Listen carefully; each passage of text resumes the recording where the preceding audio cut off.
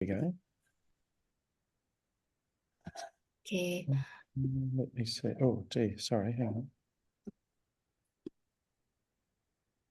Okay. Good evening, everyone. Welcome and thank you for joining us. So tonight, the Australian Indonesian Glaucoma lecture is more special because we are also celebrating World Glaucoma Week, even though it's a little bit earlier. So we will have two lectures by two distinguished consultants, Prof. Morgan from Lions Eye Institute, Perth, Australia, and also Dr. Firna from Cipto Mangunkusumo Hospital, Jakarta, Indonesia. So we will listen the first lecture from the Prof. Morgan. So without further ado, please, Prof. Morgan, the time is yours. Well, thank you very much. I thought I would talk about newer diagnostics in glaucoma, but as you'll see that it's really much the same, but probably trying to make the diagnostics more clever or more intelligent from various aspects, and also linking the diagnostics. So at the moment, we rely heavily on visual fields and we rely heavily on optic nerve imaging. We don't tend to join the two up, marry the two. And one reason is that with visual fields, we project a standardized grid onto the patient's eye, and we don't actually have a way of following the retina. And so that when we come to correlate that with, say, OCT scans or optic nerve photographs, we don't have a direct way of doing the correlation or the linkage. Also, in many ways, glaucoma is a bit like diabetes 50 years ago, when patients were managed by testing their blood or urine once every 4 months. But nowadays, there's the possibility of patients actually measuring their own intraocular pressure. So I thought I'd talk all about this. Now, I'll have to click on here, sorry. But first off, just wanted to remind everyone about what a big problem glaucoma is. And this is data from Kirana showing that if you like, the numbers of glaucoma patients or the presentations are maximized in the very productive working age group from 45 to 65 in Indonesia, which is actually different to Australia, where it tends to be maximized in the over 70s age group. And that there are estimated to be between 300 to almost 1 million people blind from glaucoma in Indonesia. So it's a big problem.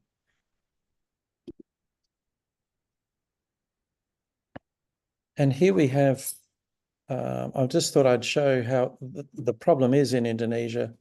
And the issue is how to provide great eye care, detection, monitoring and treatment across people, 280 million people across 17,000 islands. So it's a very big problem. We have some similar problems in Australia, but we don't have the same population. So we've got a spread out population with ophthalmologists in the coastal city areas, but hardly any in the country areas.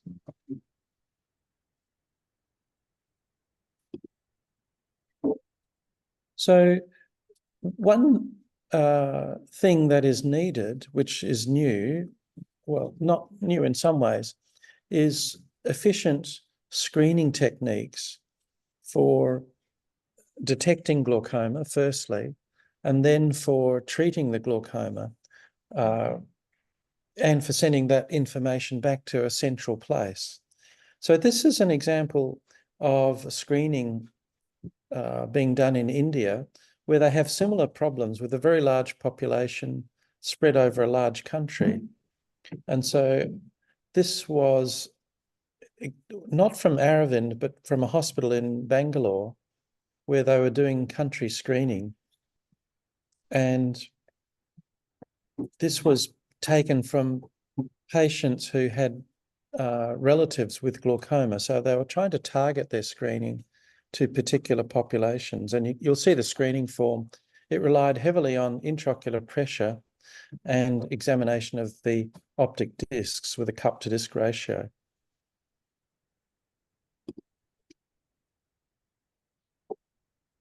So this paper was from Aravind Hospital, looking at what they call opportunistic glaucoma screening in rural India and the role of vision centres.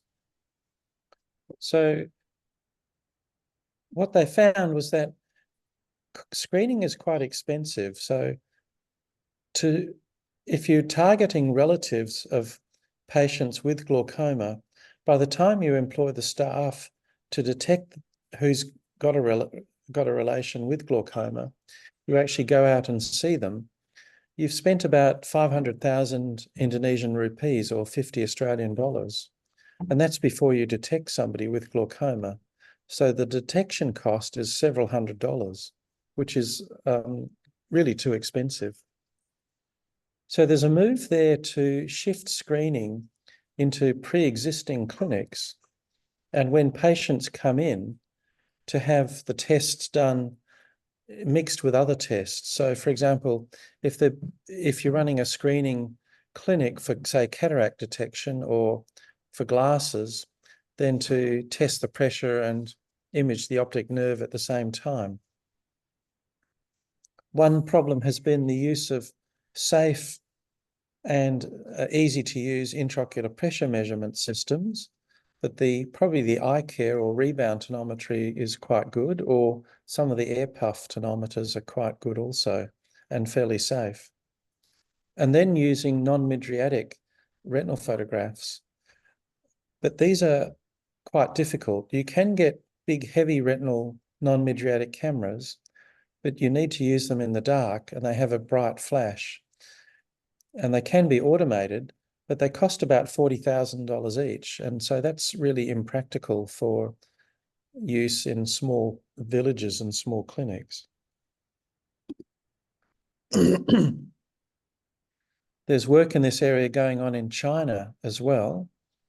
And here, this paper looked at the use of artificial intelligence to screen retinal photographs and intraocular pressures and look at if screening those patients first would improve the detection rate and reduce the cost. This was another paper related to that first paper, again from China, looking for screening for primary angle closure glaucoma. And you can see that it was quite expensive. So the 5-year accumulated incremental cost of screening compared to no screening for detecting about 10 patients was about $400,000. So it's very, very expensive. And unfortunately, it's simply not practical, even in China. So big problem is making screening cost effective and also easy to do and easy to use. So here in Indonesia at the moment, to my knowledge, there are not many screening programs. But I think what we'll see in the next 10 years is experiments with trialing different sorts of pilot programs to test different combinations of instruments and also different types of personnel, whether you use nursing staff, people in the new clinics that the government is proposing to set up in the rural areas. So I think this is going to be very exciting. And of all the novel ideas, may well make the biggest impact because 90% of glaucoma in Indonesia, like India, is undiagnosed. So if we can diagnose a reasonable proportion of those, particularly those with severe disease, you will have a huge impact on rates of blindness. So what about the future of diagnostics in the clinic? I think this is where you all thought I'd be talking mostly about. And there is a lot happening in this space. So already we have lots of machines. We have OCT, we have HRT, that's going out of fashion, visual field machines. We can measure intraocular pressure. Now, they can all be improved, and they are being improved, and they're generally being made cheaper as well.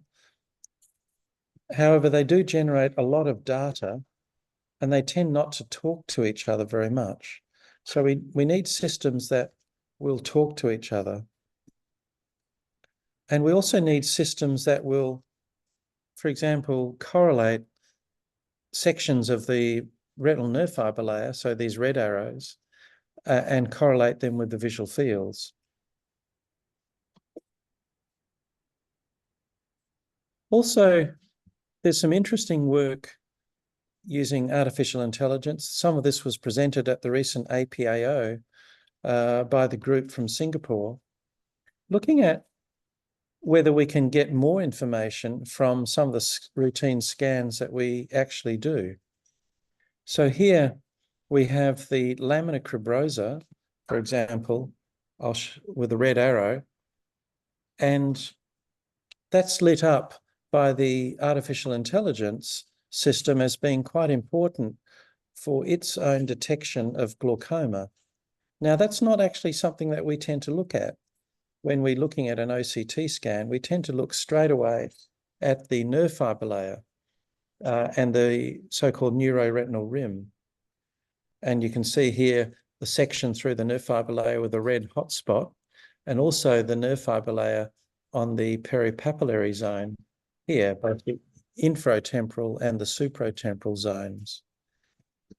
So there is more we can get out of some of the tests that we do, and probably we will see assisted interpretation using machine learning or artificial intelligence in the next 10 years, which will make it a bit easier for each of us. So we won't have to worry so much about being tired in the clinic and forgetting to look at a certain part of the scan. So this was work by the same group. I think it was from the same paper, actually, looking at the use of the lamina cribrosa information as well as the nerve fiber layer information, plotting a receiver operating curve, and the combined use of the data is the black line, and the coloured lines are different sectors of the nerve fiber layer. And you'll see that by combining the lamina cribrosa data with the nerve fiber layer data, the diagnostic accuracy was significantly improved. That is, the amount of area covered by the black line was much greater than that covered by the coloured lines. Now, this principle probably also applies to other modalities, such as the use of visual fields, the use of intraocular pressure, and potentially even the use of genetic information, such as family history, or even polygenic risk scores or polygenic testing. So I think all of that will come on in the next 10 years or so. So just turning away from imaging to visual fields, what's likely to happen there? Well, again, I think we'll see more machine learning techniques being applied to detecting progression in visual fields, and we're seeing this already. So this is a system published only a few years ago, wherein the device or the machine learning could plot that grayscale plot on the bottom right, showing fairly clearly that there was an increased superior nasal step defect in this set of visual fields with some significant fluctuation. So this is another study actually looking at a series of visual fields and then predicting what the next visual field is going to look like. And here, the middle column is the actual next visual field, and the right-hand side column is the predicted visual field. And you'll see that they're pretty similar. So the prediction was fairly accurate based on a prior set of visual fields. So we will start to get more accurate prediction of a patient's likelihood of getting worse by using artificial intelligence and machine learning. But if this naturally will depend upon the quality of the previous data, and it won't be infallible because naturally changes in the visual fields are going to be very important. Changes in the intraocular pressure are going to be very important.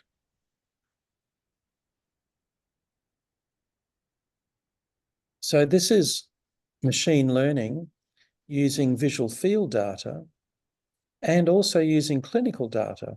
So this is using data from the notes, like family history and intraocular pressure, showing that the red curve was a more precise prediction of likelihood of progression than the coloured curves.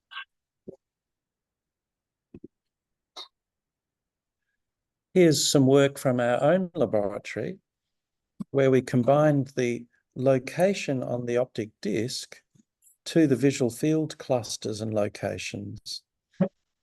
And what we did was we know that certain, for example, this light grey cluster here maps to the inferotemporal part of the optic disc. And so that regions within this cluster, if they are affected, are more likely to be associated with other regions in the same cluster that are also depressed or affected in the visual field test. And you can apply this anatomical knowledge in a mathematical sense to, if you like, make the visual field test analysis more accurate. And so this is what we did. You can actually see that the so-called combination of structure and function was able to predict a superior nasal step defect with more accuracy than the standard pointwise linear regression technique, which predicted, well, it didn't predict, it measured some so-called improvements as well as some deterioration.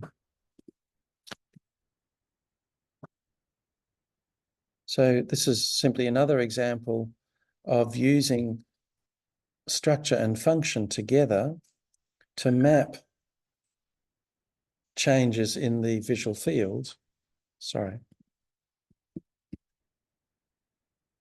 and link them to structure. So here we have an image, the green image is the image of the retina inverted like a visual field map, and it's showing the cluster of the sensitivity reductions on the retinal surface. Now, this is one of the earlier papers. There's been more work on this, and I'll show this to you in a minute. This is some work by Professor McKendrick and Professor Turpin, who are working at the Lions Eye Institute, and they've been doing a lot of work on structure-function correlation. So here you can see a patient with a definite nerve fibre layer defect inferotemporally and a superior nasal step or arcuate field defect superiorly. What they've done is they've looked at many patients with different sorts of visual field loss and examined their optic nerve and surrounding peripapillary nerve fibre layers very carefully, because a patient with a defect, when you identify a field defect, when you identify the nerve fibre layer defect, and they have glaucoma, you can assume that the field defect is mapping to that zone of reduced nerve fibre layer. So they're able to empirically determine the correlation or the matching points between the optic discs and the visual fields.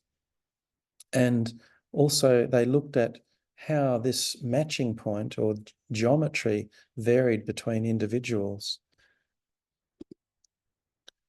So some of that work has led to a new visual field machine called the Compass, which is a microperimeter basically. It applies infrared light to constantly image and track the patient's retina.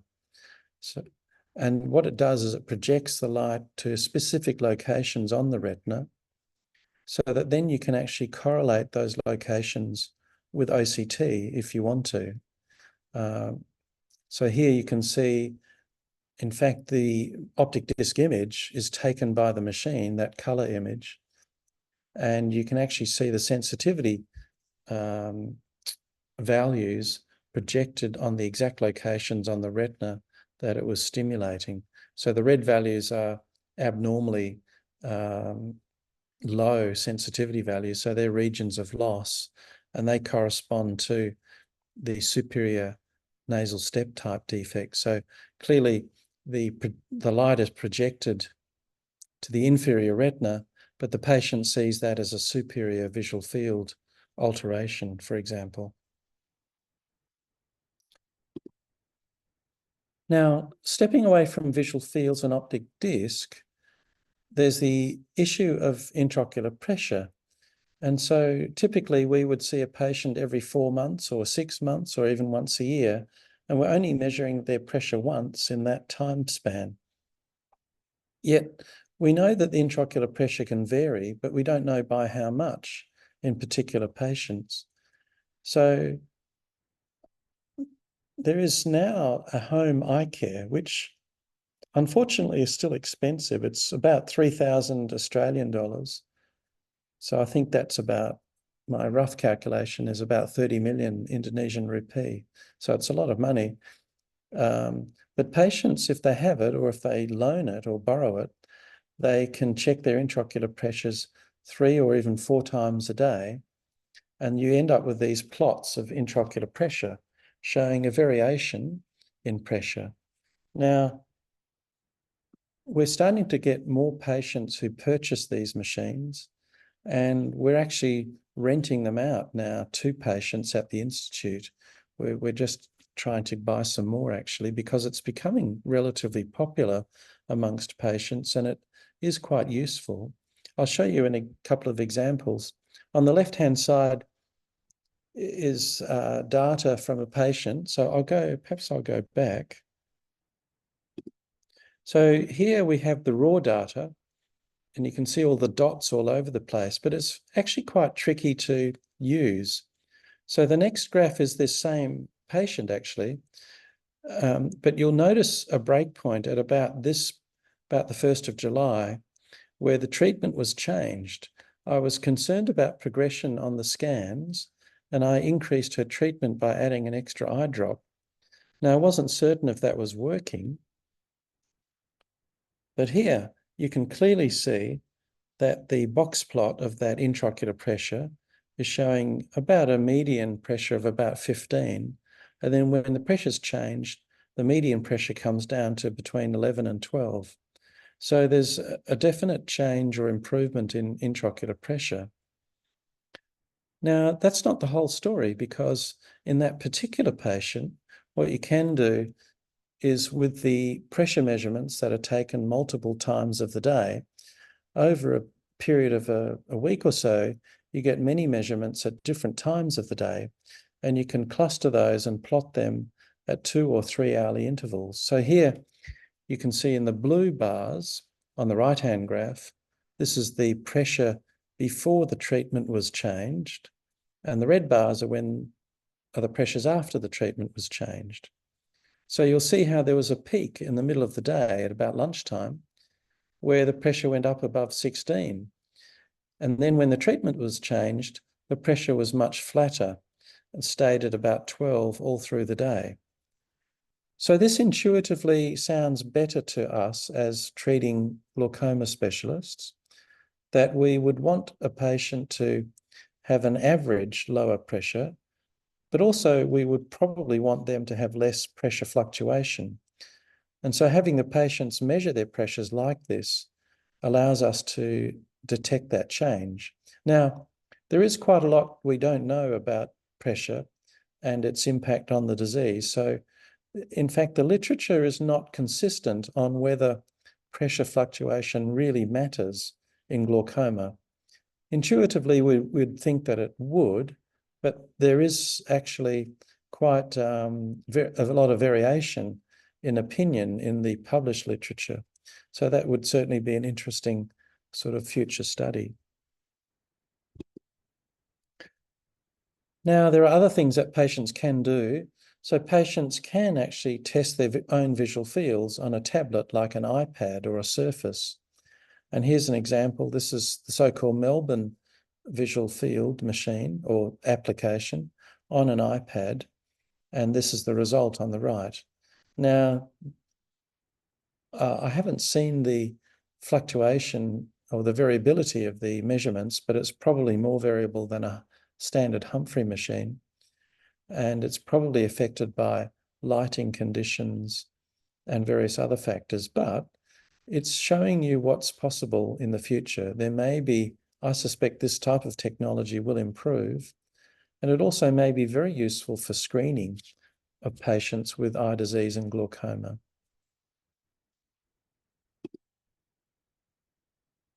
I did mention genetic risk scores. So this is the results, if you like, of incorporating genetic risk scores into detection algorithms for detecting glaucoma. You'll see that it makes some difference. So these are the receiver operating curves in both Europeans and African Americans. It's not, I wouldn't say it's marvelous. So to have very high specificity and sensitivity, you would want the curve to be coming out here, a bit like what you saw earlier with that black curve when we were using multimodal imaging and pressures, for example, multimodal lamina cribrosa imaging with nerve fiber layer imaging. You could see that the receiver operating curve was expanding further out towards the sort of optimal sensitivity and specificity values of about 0.9. But here it's a lot weaker than that. But it is showing some benefit, and it may improve as more genetic epitopes are linked to glaucoma, and also as the testing becomes cheaper. So in summary, I think there was a lot to look forward to. I only covered a small sort of patch of where I think diagnostics are going in glaucoma. I think probably the most important thing that'll happen in the next 10 years that there will be improvements in screening and detection of glaucoma, because some 90% is undiagnosed and so many people go blind. There will be better technology in the clinic, better visual field tests. I think that we'll see more linkage to structure and function, so linkage to the OCT scanning systems, fancier artificial intelligence and fancier software. And also, I think we'll see more patients measuring their own intraocular pressures. So I think I've probably gone over time, Marty, so I should stop here. But thank you. I hope I've given you a taste of where I think the future might be going. Thanks very much. Thank you very much, Prof. Morgan, for your excellent lecture. So next, I think we will open for discussion first, because probably Dr. Firna is not ready yet. Oh, no, I am ready. Oh, you're ready? Okay. Excellent, Dr. Firna. Okay, so the next session will be lecture by Dr. Firna. It's more about the management. So please, Dr. Firna, the time is yours. Thank you, Dr. Dela. I'm sorry that I'm a bit in a hurry, because I just arrived at home, and then also I think this presentation is actually just finished by now, so hopefully it will be an exciting topic for all of us, and also for me actually, because it is like new things that I could explore more. And actually, while I'm preparing this presentation, I also learned a lot. So we know that glaucoma is a chronic progressive disease, and with IOP is the main risk factors. And to control the IOP, there are several modalities that we could do, whether it is medical therapy, laser, or surgical therapy. But in these topics, I will be mostly focused on surgical therapy, because I think the time will be not enough if I have to cover all of this new or future development for medical therapy, laser as well. So I will focus on the surgical therapy. And we know that there are type of surgeries in glaucoma. First is filtration surgery, which is like penetrating surgery, filtration surgery, which is full thickness, such as Sayer procedure. Maybe, Prof. Morgan, you done this? I have only done this twice in whole my glaucoma times. No, I confess I've never done a shave procedure. Oh, I have done seen too. them. Oh, you've done more than me. Well done. And then the partial thickness, which is a trabeculectomy, and also non-penetrating, such as deep sclerectomy and also fistulectomy and many other type actually. And also we have implant surgery, which is a glaucoma drainage device. And then the last one is a minimally invasive glaucoma surgery, or we call it mix. So I will talk about trabeculectomy first. As we know that trabeculectomy has long been a gold standard in the surgical management for the glaucoma, have introduced by Kearns in 1968.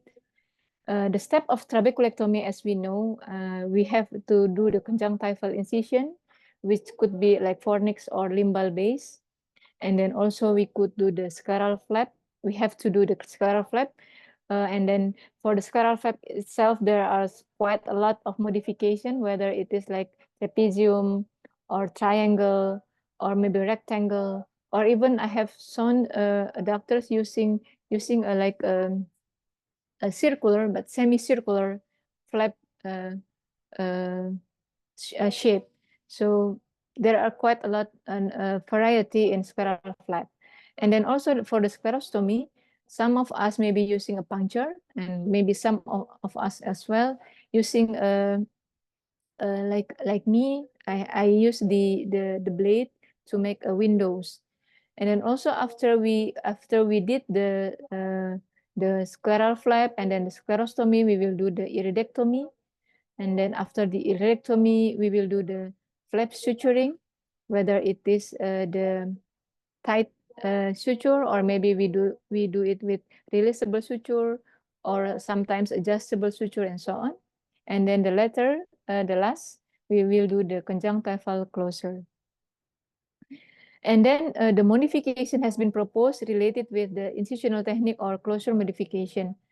We also know that there is I have read in an article that there is like 10 rules: 10-minute surgery, 10 follow-up, and then also 10 millimeter mercury post-op, and then also the follow-up of 10. So, but I don't use that rules usually. So now for the incisional technique, there is some modification that has been proposed. One is trabeculectomy augmented by limited deep sclerectomy. So it's actually after we make the flap sclera, the doctors we will make like a pool, scleral pool.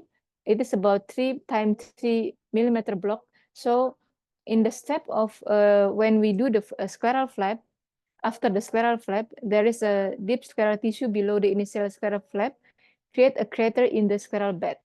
So the theory, the proposed mechanism is it will enhance the permeability and increasing aqueous drainage. And also it will promote supraciliary and suprachoroidal outflow of aqueous, because you know that if we made another scleral pool, the bed of the sclera, it will be very thin, and it will reduce the reliance of subconjunctival filtration. So hopefully it will great reduction of the IOP. And then the intrascleral lake prevents the collapse of the scleral flap. So it will be lower risk of local episcleral and intrascleral fibrosis. There is an RCT comparing this surgery with 68 patients with POAG or PACG. They got that in the patient with the LDS augmented with prior IOPs about 29, and then it may be able to decrease to 12 millimeter mercury, compared with conventional trabeculectomy that didn't make the scleral bed. It's about from prior 30, and then it become 13.45. None of the eyes in the LDS group actually required post-operative blood needling. And then the second incisional technique also is actually trabeculectomy. So LDS and combined with cyclodialysis. It's actually introduced by Tanuj Dada in 2022. So as we could see, there is you see here the scleral, the scleral lake or scleral pool. So after we make the scleral flap, we make like a lake, a bit small lake, like 3 × 3. And then he performed the cyclodialysis below the scleral bed here. And then it actually put a spacer, like a scleral graft in here, in between the LD, the bed, the scleral lake, and then the cyclodialysis cleft. So it hopefully it will make the suprachoroidal drainage. So the drainage of the aqueous, it's actually not in the subconjunctiva, but also to the suprachoroidal drainage of the aqueous. And then this spacer actually inhibit the excessive aqueous outflow that commonly occurs with standard cyclodialysis procedure. So we know that if we perform the cyclodialysis, the IOP will be very low. So hopefully, if we use a scleral tissue in this, the spacer, then it will decrease the possibility of the hypotony. And the other incisional technique as well that proposed is using like a tunnel. So there is a narrow longitudinal strip of deep sclera posterior to the scleral flap. So after we make the scleral flap, we make a tunnel like this. So like a pit there in the back of the scleral flap, and then it allows the aqueous passage into the posterior subconjunctival space. So not only in this area, but also more posterior. So hopefully by using this tunnel, the pressure gradient between the original filtering osseum and the additional subscleral tunnel produce a regulated posterior flow. And then also it will limit aqueous outflow velocity and minimize the development of shallow anterior chamber post-operatively and promote the formation of a more wide, like a pit there, and then the aqueous will flow most posterior through this tunnel. The other things, the releasable suture, as we know that I think most of us has done this, the releasable suture. This is the most technique I use actually. So I will use the nylon 10O from the sclera to the cornea, and then I'm making a loop in the cornea back to the scleral flap, and then again to the scleral flap. So I will make a loop, and then I will go to the side of the sclera, the sclera that is beside the scleral flap, and then tighten it for the 3 loops. And then when we know that the IOP is quite high, then we could just take out the releasable suture from this side. And then the other technique proposed is the closure technique. It's actually modified the conjunctival closure technique that reposition and separate tenon layers from the conjunctiva. It is introduced by Pumen Chen and friends on 2022 as well. It lowers the risk of postoperative fibrosis and enhances aqueous flow into the subtenon space. So they suture first the tenon like this, So they separate the tenon and the conjunctiva after suturing the flap, and then he did the tenon suturing first, and then after suturing the tenon, and then suturing the conjunctiva. Entering the tenon allows conjunctival closure with minimal tension, so it will lower risk of buttonhole, dehiscence, and bleb leak, and reduce the risk of tenon layer retraction. So the tenon, because we tighten, we suture it, hopefully the tenon will not be retracted to the posterior, and encourage the development of a thicker bleb wall it will lower risk a cystic bleb and a bleb leaks. So it will be like this. This proposed by the Puman Chen and friends. The other method in closure techniques is by the Kirk and friend. It actually modified the original wise closure technique with a limbal lip of conjunctiva. The closing suture is secure to both the conjunctiva and sclera peripheral to the original conjunctiva incision, evenly distributed mechanical traction across the wound. So it is actually like this. We make suturing from this to here, and then also from here to here. So it will be like, when I will show you. So it will be like this. This is the suture here and here. So it will be like, I'm sorry, making like a fine closure. So there will be no leakage in the area of the margin between the conjunctiva and the cornea. So hopefully the bleb will be formed quite good in the early phase of the post-operatively. So the schematic is like here. And now we proceed with the glaucoma drainage device. We know that quite a lot glaucoma drainage device has been introduced, like Molchino, Ahmed, and Barford, and then the newest, like Paul glaucoma implant and also Virna glaucoma implant.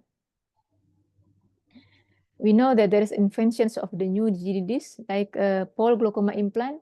Actually, it proposed with a smaller tube diameter. The external tube is about 467 micrometer, and then the internal tube is very, very small. It's about 127 micrometers. So it is even more or less like a pressure flow maybe. The complication, but we face the complication with the self-limiting of the tube occlusion, because it is very, very small. Sometimes it occurs. But it have a self-limiting shallow air chamber, and then sometimes the hypotony it could occur that required intervention. The other modification as well is Ahmed clear path GDD. As we know that Ahmed is usually have a valve, but new Ahmed is actually valveless with the size of 250. This is the Paul glaucoma implant, and the next one, this one is actually the Ahmed. It is 250 micrometers square, and also the other one is 350 micrometer square sizes with a flexible plate, and then the shape is actually confirm the curvature of the globe. And then the latter is the Virna glaucoma implant, VGI.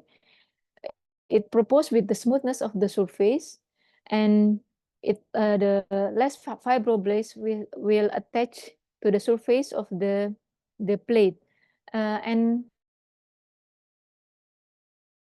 this implant, when I have to explant the implant, it is actually quite easy, because I didn't see any tissue actually trying to attach to the plate.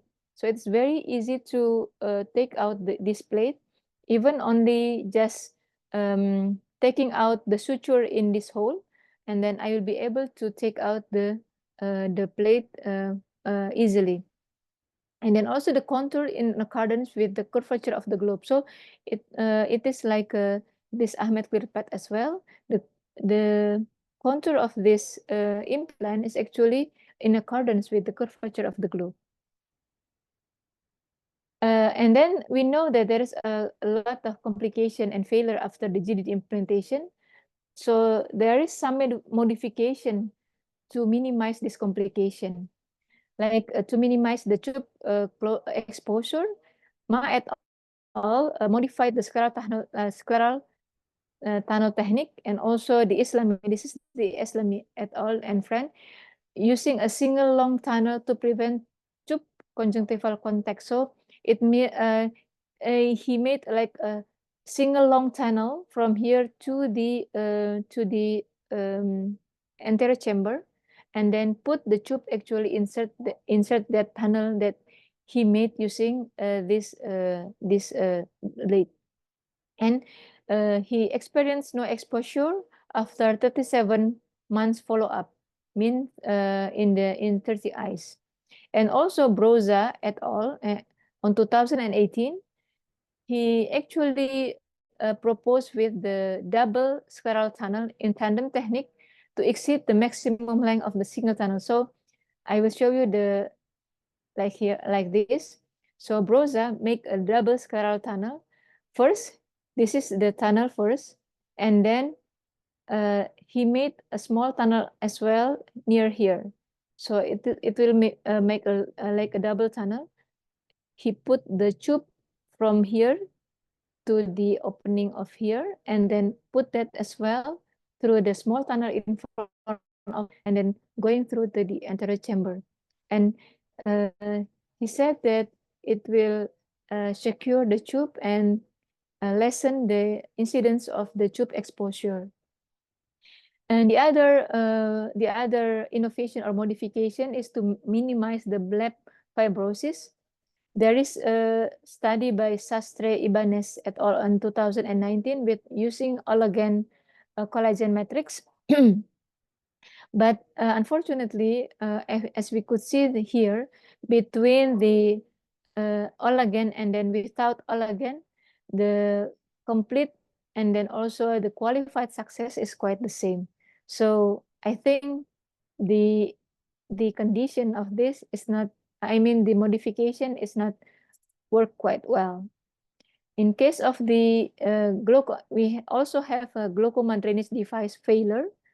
So if we have a failure in the first glaucoma, there is a proposed two things. At first, the first is using a second GDD. So Lee et al. Add the additional Ahmed glaucoma implant, and it said that after putting the second GDD, the IOPs were controlled. I have also several patients that need a second glaucoma drainage device, and most of the cases actually be able to control the IOP. But still, I have also maybe one case that still fail, even though I have put two glaucoma drainage device. And the other is a piggyback. The piggyback GDD.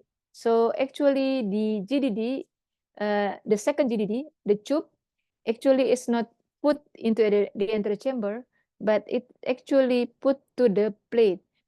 The study is actually by Valimeke and also with Professor Morgan in 2017 and Valimeke at 2015.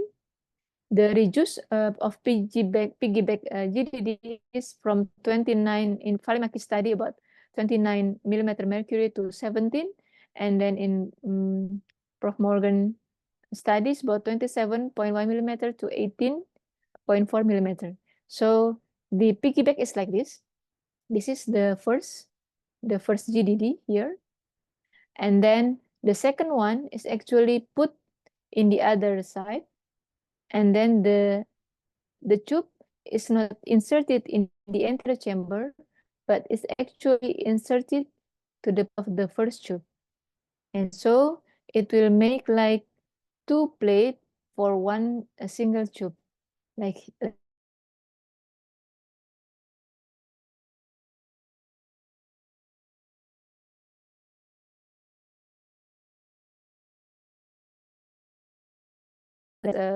occurrence of corneal edema is quite high if we put the tube in the anterior chamber.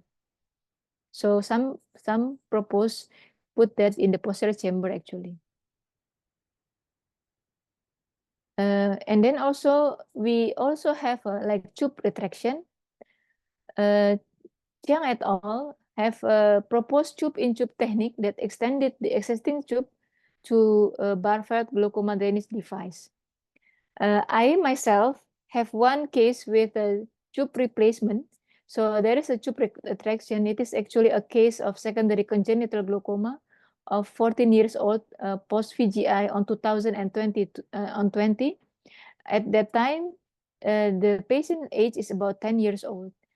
But then because maybe of he become more the age is actually grow, and then also the eye is actually also growing, and then the tube is actually retracted. So because this VGI, we have a quite easy tube. The tube is actually easy to be to take out. So I take out this tube and then replace it with the longer one that has been sterilized, and then put the tube in replacement of the previous tube. So the patient actually has a secondary congenital glaucoma due to the syndrome. So as we could see here, pre-op IOP prior the tube replacement is 32 millimeter mercury. And then after I did the tube replacement, and we could see here the tube here, the IOP in 1 week is about 7. Because this is quite new case, I have done that like several 10 days ago. And invention another of new additional of GDD is actually iWatch. It is quite new. It is the silicon tube with like there's a compression that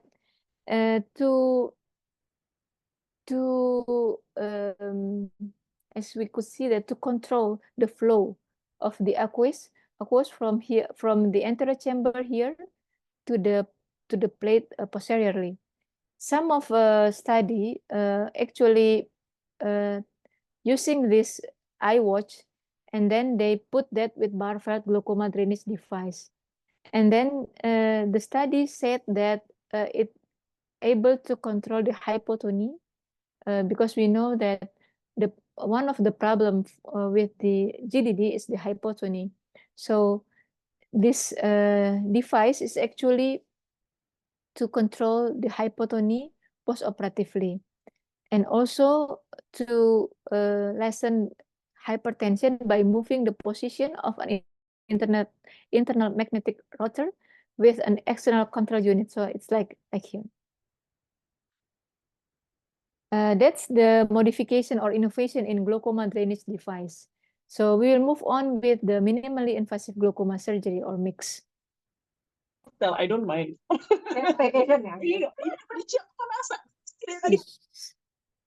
So in MIGS, the advantages is we know that with the minimally invasive glaucoma surgery, it is little or no scleral dissection or conjunctival manipulation. It incorporates either an up internal or up external approach, and also quite good safety profiles and rapid recovery times. There are several MIGS that already introduced in the market. It's angle-based with trabecular meshwork and sclam canals, or suprachoroidal. It's like suprachoroidal drainage shunt. And also the third one is a conjunctival or subconjunctival or subtenon space. As we could see here, the type of the MIGS in the sclam canal, we have like trabecular bypass,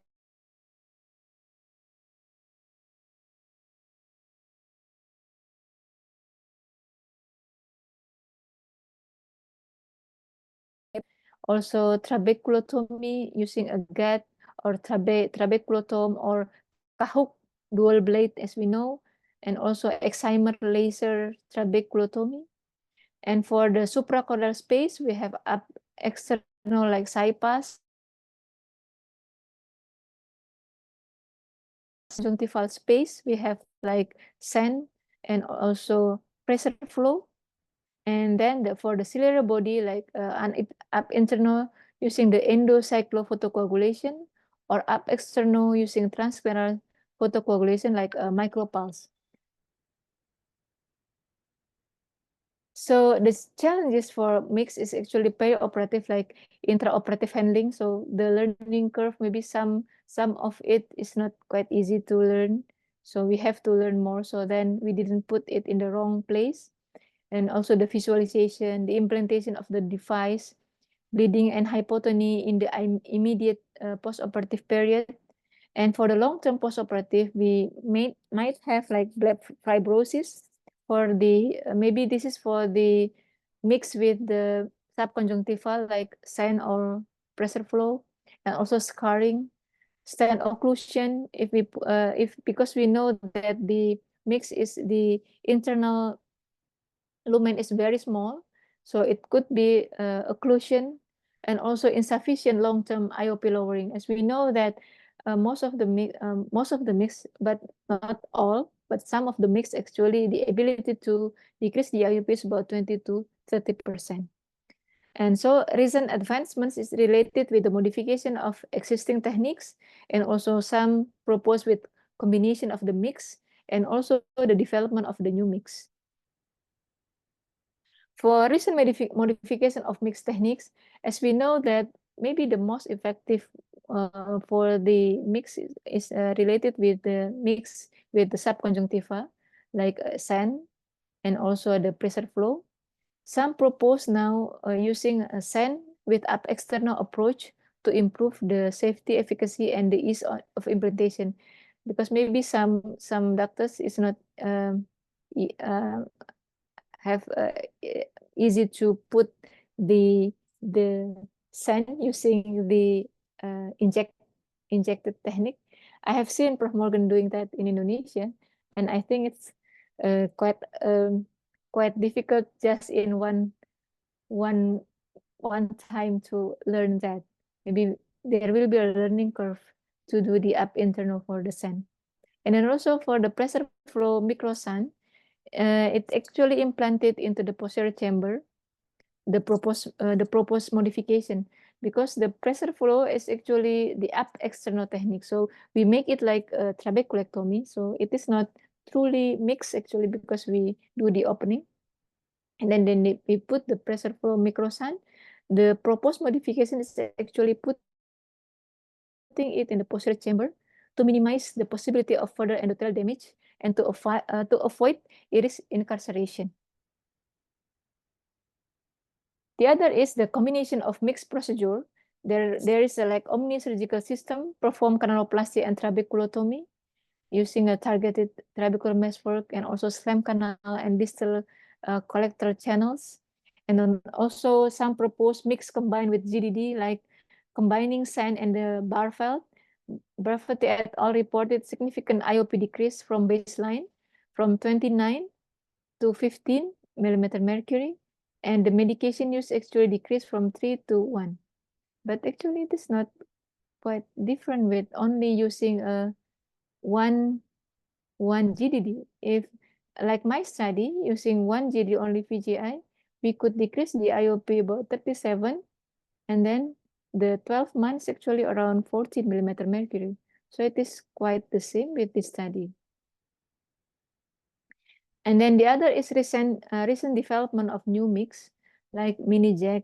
It is actually a suprachoroidal device inserted up internal into the supraciliary space. And also there is intrasclerosiliary sulcus suprachoroidal microtube, IDOS. So it is quite several type of another new mix, and it is still be in development. So we don't know yet how is actually those mix work, whether it will have a good result or not. So it is still in the development process. So in conclusion, there are a lot of innovation in glaucoma surgery to control the IOP and to decrease success rate, but some of them seems promising, but some other might be not too beneficial. This presentation only covers a small number of modifications and innovations. Hopefully in the future, we will see more interesting results that will help us to manage glaucoma patients. Thank you so much for your kind attention.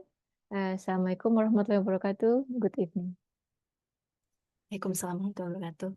Thank you, Dr. Virna, for your outstanding presentation. So the next one, we will have a discussion.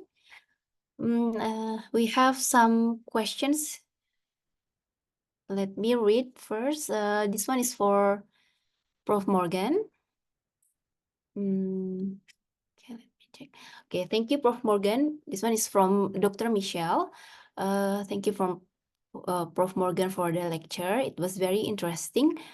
With measuring IOP multiple throughout the day, how do we decide if the target IOP has met? Is it from the average or median of the multiple IOP measurements or from the highest one? Thank you, Prof. Morgan. Yes. That's a very good question. In fact, sorry, we don't know the answer to that.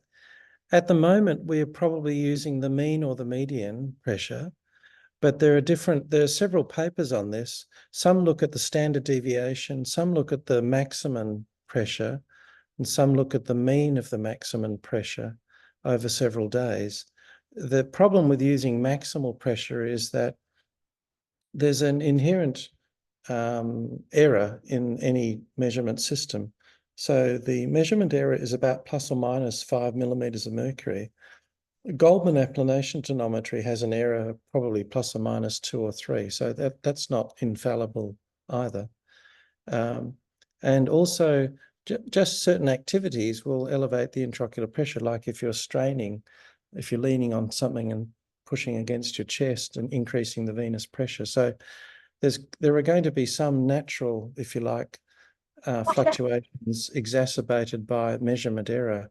So it probably makes sense to use the mean of the maximal values, or simply combining mean of the values with an expected fluctuation. But we don't know for certain if what the best measurement of fluctuation is and whether that's associated with progression.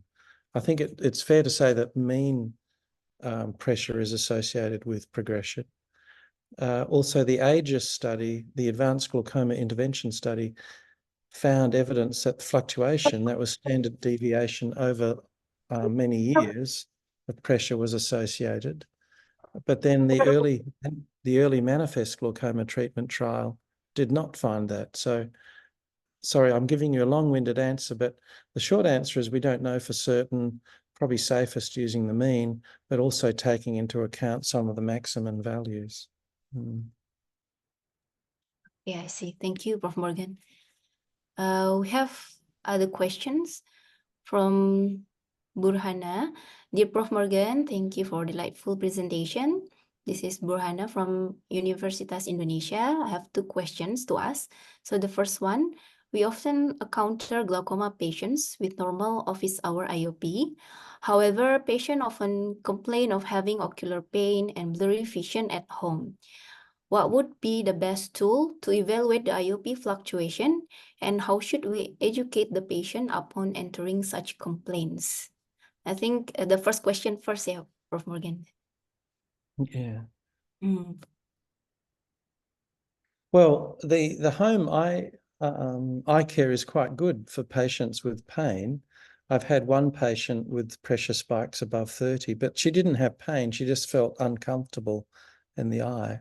And then she rang me, and plus the system will send the data up to the cloud, and you can access it from your system at work. So you can actually see the data coming in. It's not always practical and it's expensive for people to have that. I tend to ask patients to simply go and see their local optometrist or oculist if they have pain, and they can check their pressure. But yeah, no, the home eye care will do that. And then the second question was?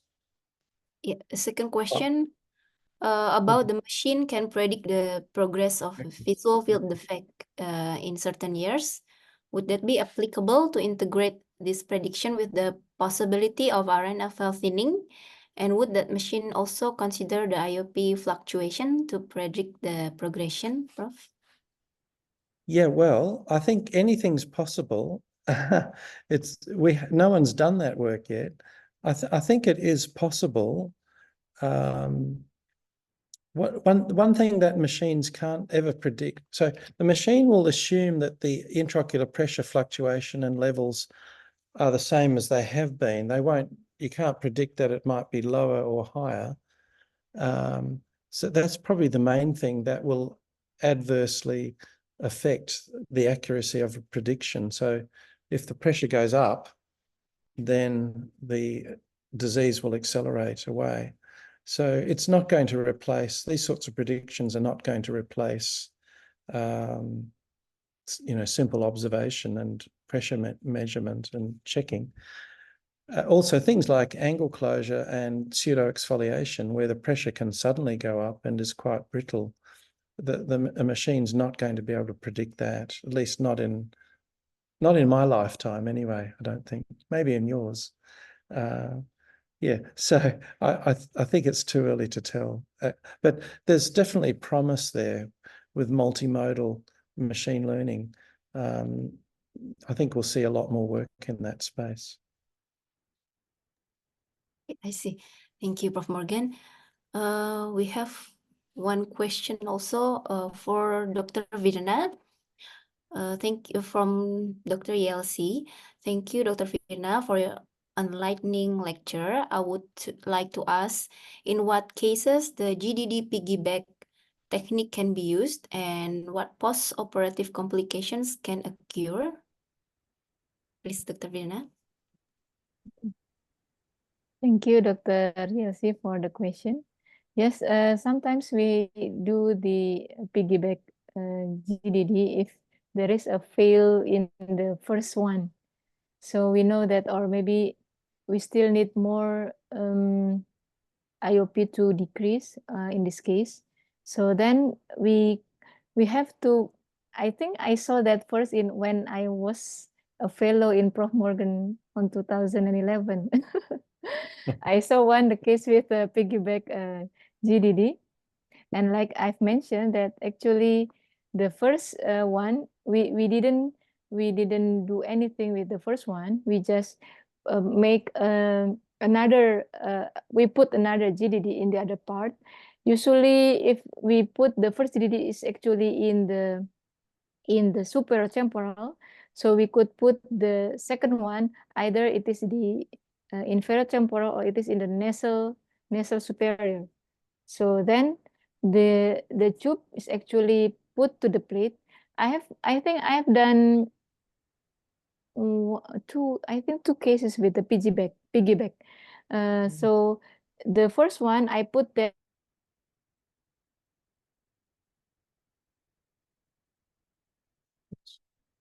Dr. Virna, I think you're freeze. Yes. Do you want me to talk, Artie? Yes, can please, Prof. Morgan. Yeah. What we published on this, or Werner actually quoted our paper. I think it was about 20 odd patients having piggyback, and what we found, we didn't find that the numbers are small because you don't get that many failures of a GDD. But what we did. There was sorry, Werner, I started talking. It's okay, sorry, no problem. You know, the internet connection sometimes down. So that's I will turn off my camera, I think. Oh no. Yeah. I was just saying we didn't find statistical significance, but we noticed a trend that the longer the GDD survived for before failing, the more likely a piggyback was going to actually work. So, for example, if a GDD fails within a year or two, it seems unlikely that a piggyback is going to work, unfortunately, although you can still try it. Whereas if it works for 5 years or 6 years, it's more likely it will work. Then the other question was about complications, pretty much the same as for a GDD, except one thing. You have to make a slit in the capsule of the original plate, and that slit has to be wider than the tube to be able to push the tube into the capsule. And so you will always have quite a lot of leakage around that slit for the first few days.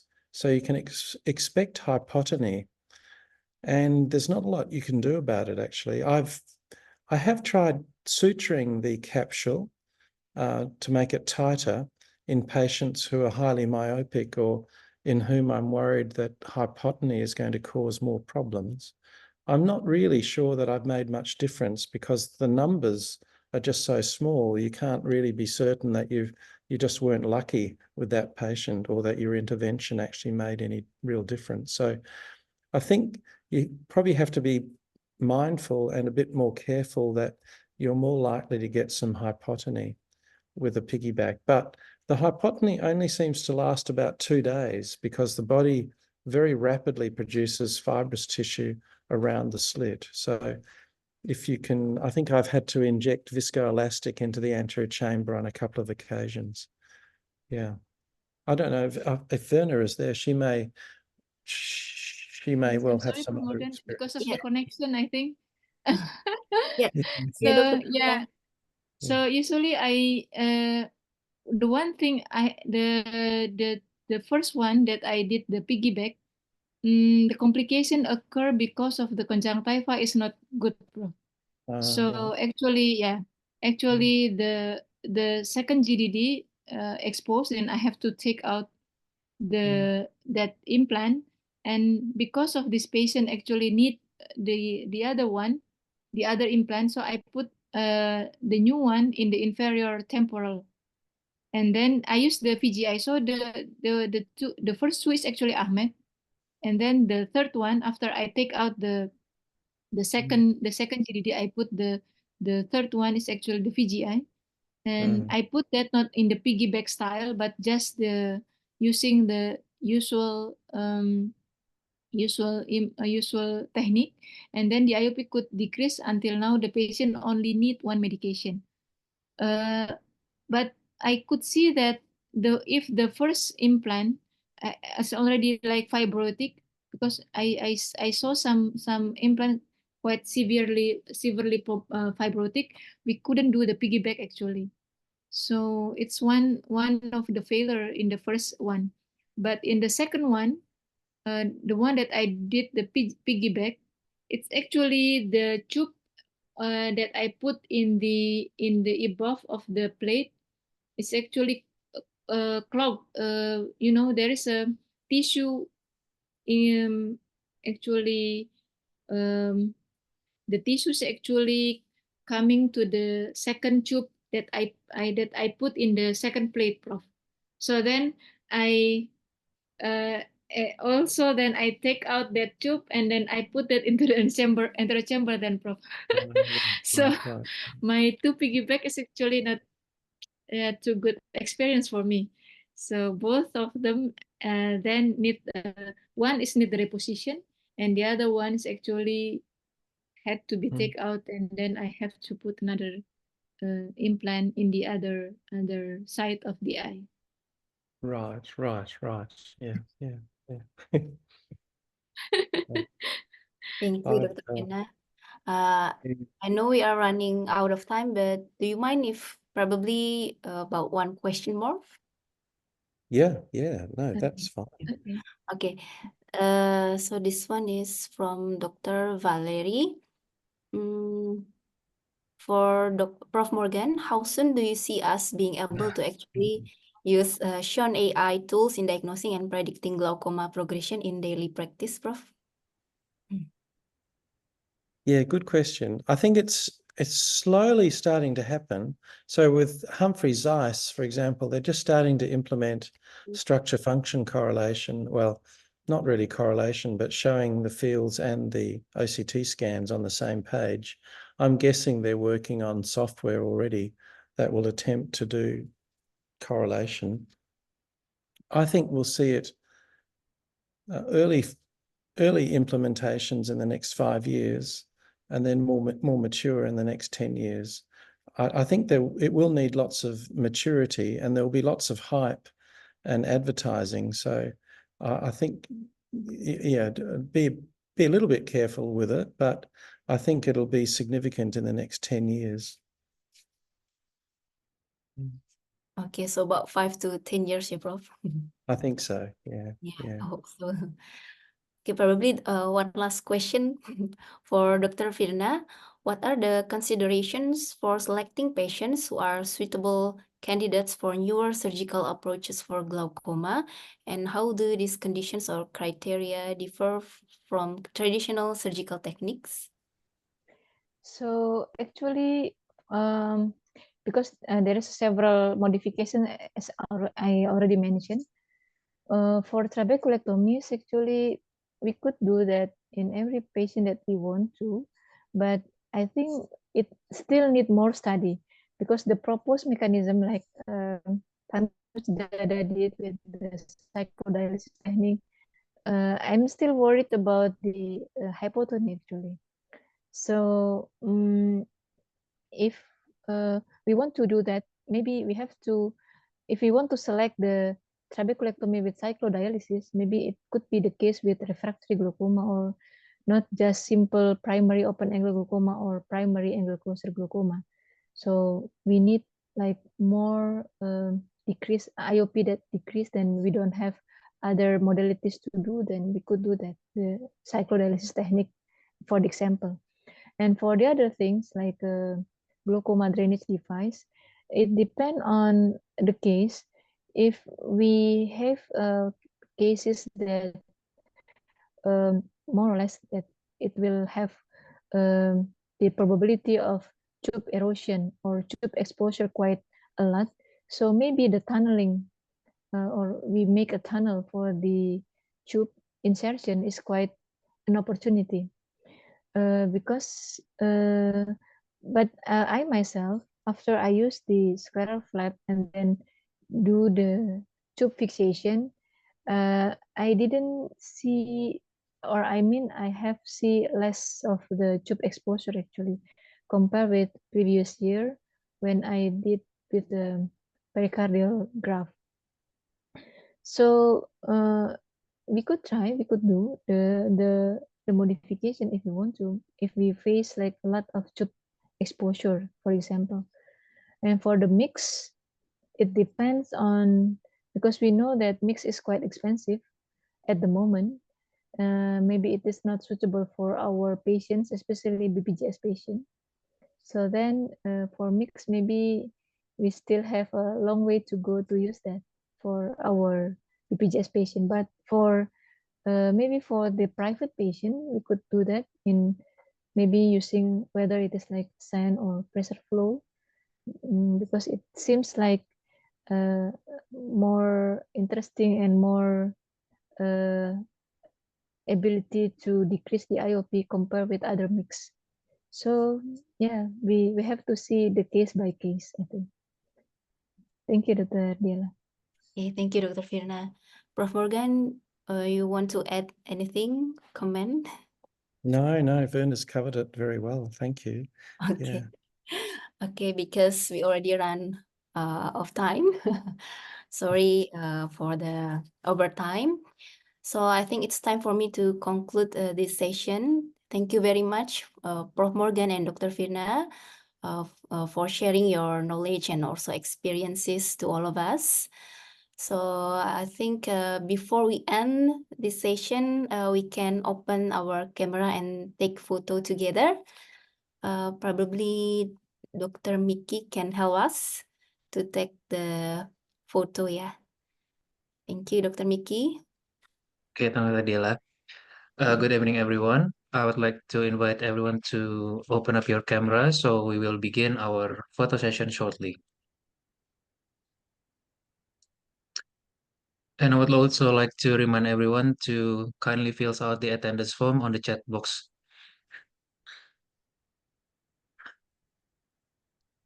Okay, we will wait for another 10 to 15 seconds. So please turn on your camera. There will be certificate of attendance, Dr. Mickey, for the ones who put in the the presence. Oh yeah. Present. Okay. I would like to formally remind everyone that there is a certificate of attendance for all of you who have filled on the attendance form below. So please navigate to your chat box and find the absence form and kindly fill out the absence form. Okay, I think I will begin the photo session. Everyone give us your best smile. 1, 2, 3. Second page. 1, 2, 3. Third page, 1, 2, 3. Fourth page, 1, 2, 3. Fifth page, 1, 2, 3. And last one, 1, 2, 3. Okay, thank you everyone. Giving back to you, Dr. Dila. Thank you. Thank you, Dr. Mickey. Thank you. So, Thank you okay, so thank much. you everybody. I think we will see you again to our next webinar, Australian Indonesian glaucoma lecture series. Thank you, Prof. Morgan. Thank you, Dr. Fitna. you. Thanks, Bye-bye. Verna. Thank you. See you. Thank you, Prof. Thank you. See you. Bye bye. Thanks, Verna. Thanks, everyone. Thank you, Prof.